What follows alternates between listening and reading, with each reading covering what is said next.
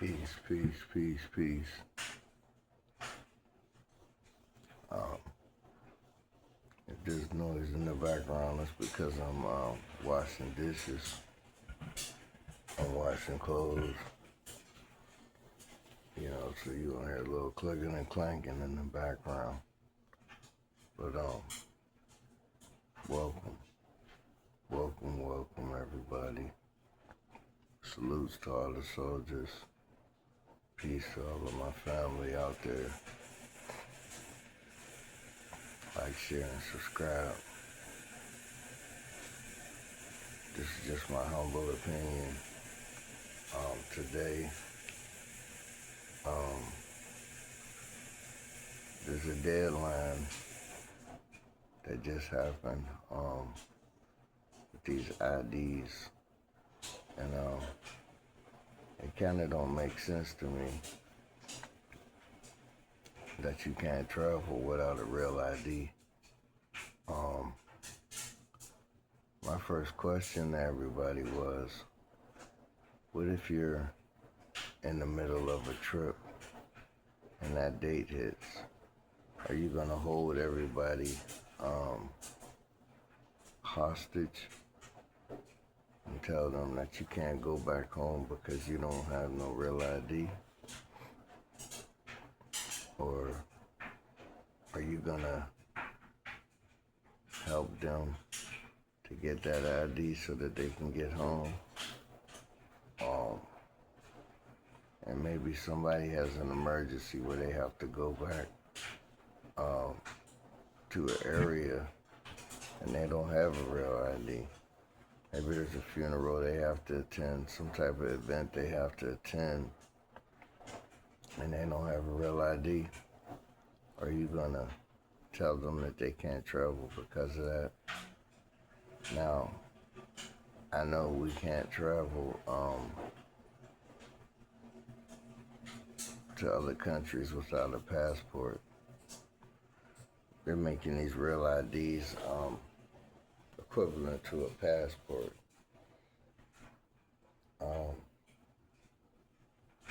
So then I want to ask you, are we going to still need a passport? Or what's going to be the end game for all of this? I asked a TSA these questions, and they tried to tell me that, one jumped into our conversation and told me, yes, we're going to hold you hostage, basically. Now, he didn't say it in those words, but he basically said, yes, we're going to deny you from flying. Now that this date has happened, there's a lot of people who have not yet gotten this ID. As you know, I work at an airport, and they basically they just first they were passing out a piece of paper that was telling you the direction to go to get your ID. Now they're taking a person that doesn't have a real ID and pull them to the side, and they give them a special check, which is like security check, which is like our random searches, or which is an employee goes to the side. They have to take off their belt, tennis shoes, or shoes, period. They run those through the scanner. Then you have to get your hands checked, like as if you're, going to go visit someone in prison or something. They take like the residue check on your hands, which I don't understand this. I don't know if it's just persecution because you chose not to get an ID, or is it like they feel like you're a criminal, or I don't know what it is. I think it's just persecution. Um, but what I really think it is I think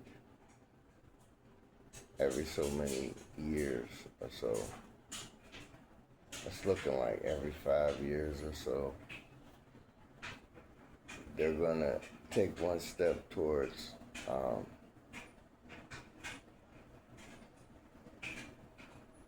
how should I say it? Everything becoming Bluetooth, or everything becoming cordless, Bluetooth, less ID being used, and everything being put onto one ID.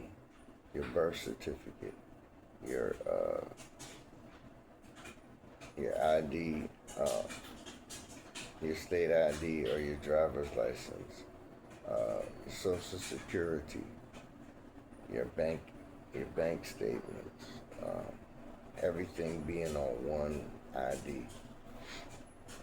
And I'm sure people have heard of this by now, the RFID, which is a little small computer chip that's the size of a grain of rice, and they insert it into your hand.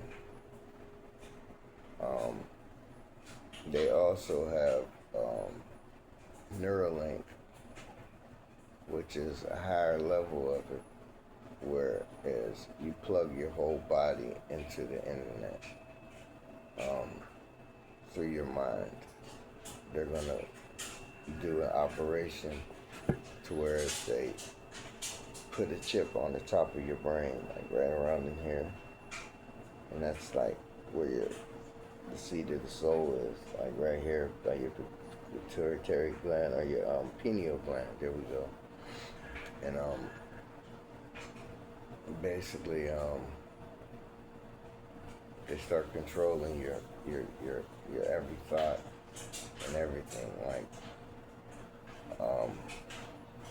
to me, that's damnation. That one in your brain. Now the one in your hand is more like a tracking device, where they'll be able to track, which they already can through your cell phone. But if you don't have your cell phone with you, then they can't track you. If you're not using your cell phone as frequently, their credit card is another one. They got these chips on the credit card where you can touch, when you buy things. With that credit card, they're able to find out where you shop, what you're buying, and things of that sort. But I think that's what's really going on. They're gearing towards this technology to whereas everybody's going to be on the grid pretty soon, where you won't be able to make a move without them knowing what's going on, what you're doing. You're basically just able to be tracked at all times. Every movement that you make, every thing that you try to do is going to be calculated. The mind one that I've seen, Neuralink, that's a whole nother level, because now they're going to control your thoughts. If you think in a certain way, they're going to erase that, and they're just going to have you basically connected to whereas you can't do nothing without them. When I say them, I'm talking about scientists, government, whoever it is that's creating this stuff. I know Elon Musk and what's the other guy's name that created the internet. There's some big wigs that's out there that's in the technology field that are creating all of this. And It's gonna be wild to see.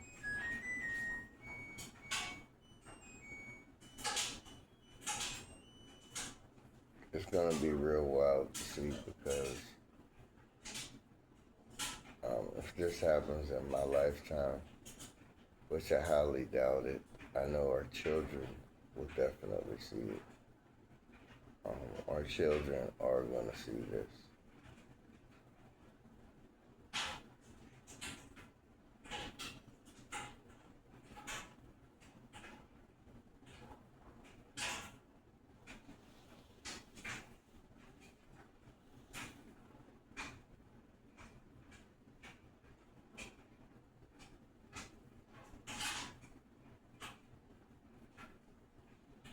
The best thing that we can do is we can teach our children to say, hell no. No, I'm not getting this.